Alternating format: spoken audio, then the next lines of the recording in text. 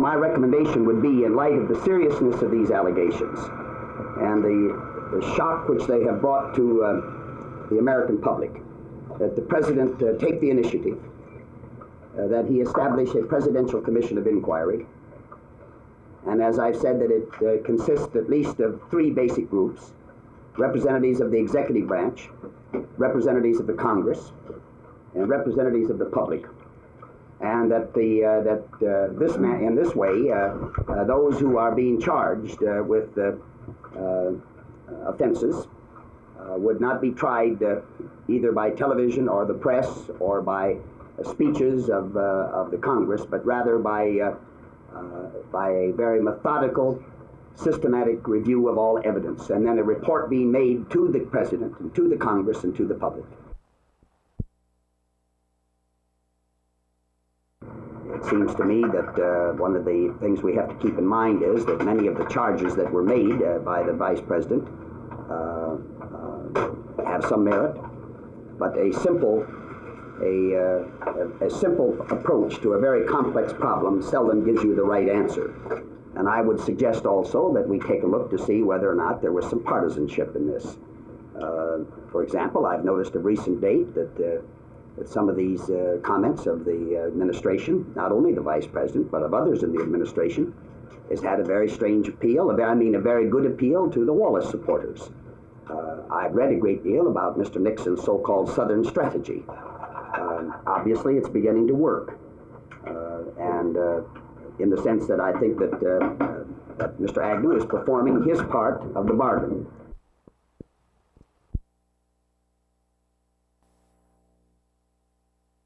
No, the housing program is not adequately financed. As a matter of fact, the housing shortage is increasing as a result of inflation and the difficulty that people are having in attracting money into mortgages. In a period of inflation, people tend to invest money in other areas rather than in long-term investments. And this is one of our real problems at the present time. Consequently, we do need greater support in the housing area. This involves monetary and fiscal policy as well as economic policy. But the net of it is, as far as I can see, our housing situation is going to get worse before it gets better. The shortage is growing every year, and as far as I can see, there's not going to be any early turnaround of this situation.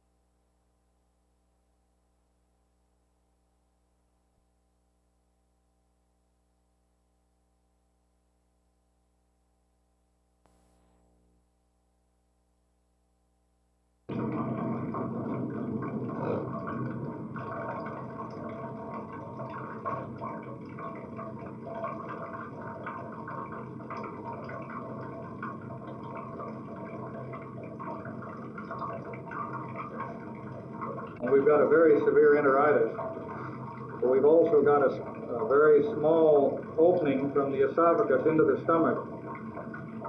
But it should not cause this amount of difficulty. It should go ahead and function as normal.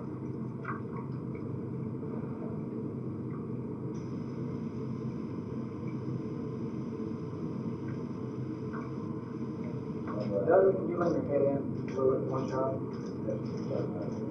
Doctor, could you summarize one more time what you found and the possibility of what could be wrong? Well, we've got an extremely acute enteritis. All of this material that I see right here is a small bowel, small intestine, and it's extremely inflamed. It's thickened and edematous. It's full of fluids. And we'll be real fortunate if we can pull this one through, if we get enough fluids in him and enough antibiotics to take care of him. Will that inflammation produce gaseous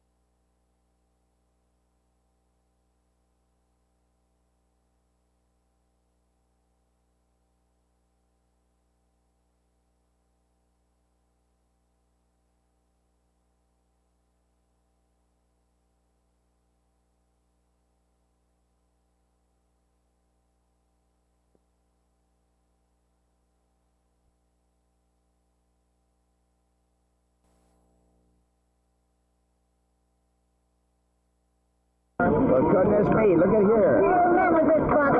Well, how do you do? How do you do? Glad to see you. Thank you. Glad to see you. Thank you very, very much. This is Mrs. Humphrey. We're going. Mrs. Humphrey. Hello there. So We're nice on to down see the way you. there. Let's go on. How through if nice we of can. you. We're going right on. Hello there, Sergeant. How do you do? I'm from England. Well, how do you do? Nice to see you. Thank you. I was in your country a short time ago. Thank you. You bet. Thank you very much. Thank you so much. Thank you very much. No, thank you very much. That pretty girl. Well, there she comes along right here. We have not been attacking the president and the administration willy-nilly without regard to national interest. In those matters where we feel that the administration is right, I have said so.